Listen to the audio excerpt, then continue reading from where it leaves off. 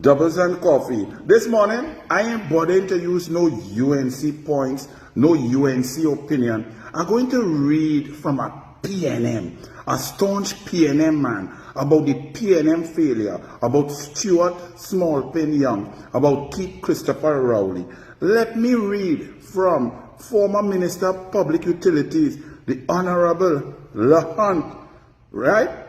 He says about Stuart Young, when Stuart Young was basically saying, hey, I stay quiet, I am a leader, I'm here in the PNM, I'm classy, I never came here to serve myself or to enrich myself or my people around me. I came here for national service. Yes, Stuart Young, but 100 recusals.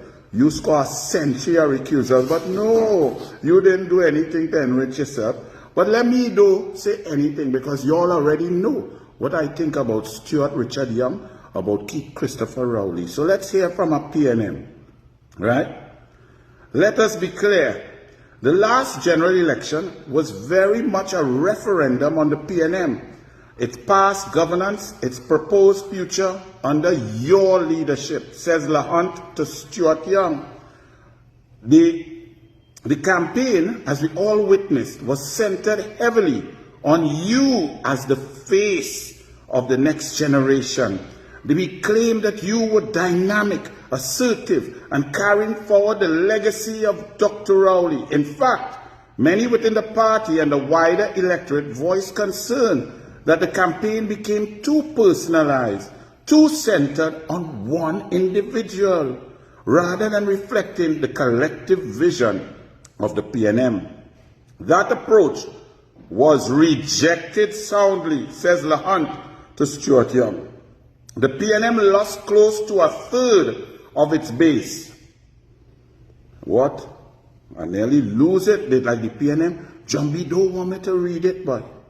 And I thank my honorable colleague, Brian Bigg, Senator, for lending me his phone to do this doubles and coffee.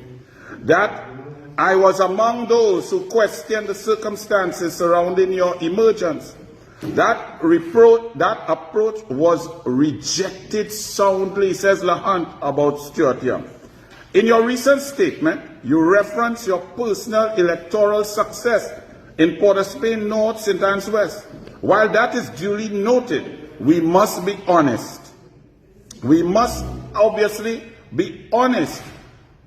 Winning your seat in a deeply entrenched PNM constituency, while the party was routed nationally, is not an extraordinary feat. To use a sporting analogy, when a team loses 10-1 in football, it is inappropriate for the captain to boast about scoring the lone goal.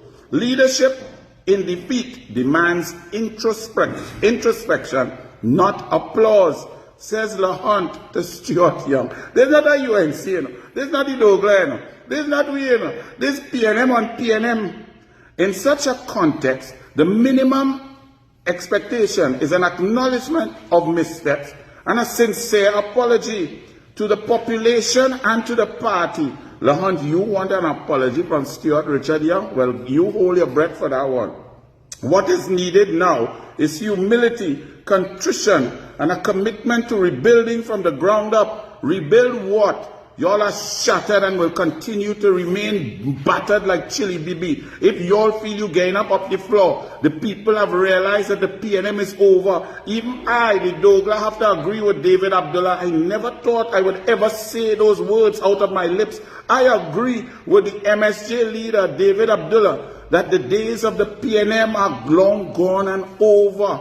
The PNM is a spent force. They've oppressed this country for too long. And with the visionary leadership, with heart and soul, intelligence, brilliance of Kamla Prasad and the UNC, it's best the PNM disbands, rebrands, and come again. So LaHunt continues to shatter his former leader, his prime minister of one day, Stuart Richard Young. He says political maturity requires the ability to admit when things have gone wrong and the wisdom to rebuild with a renewed sense of purpose.